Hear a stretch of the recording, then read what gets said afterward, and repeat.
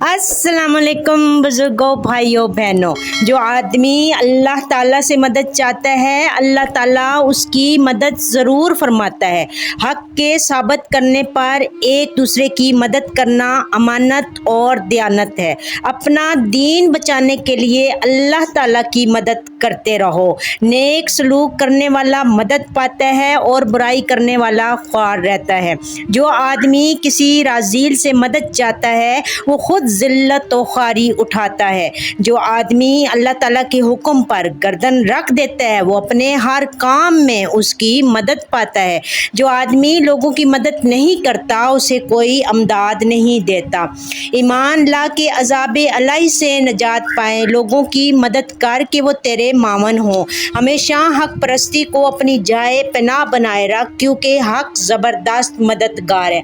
आप मेरे चैनल को लाइक शेयर सब्सक्राइब करें।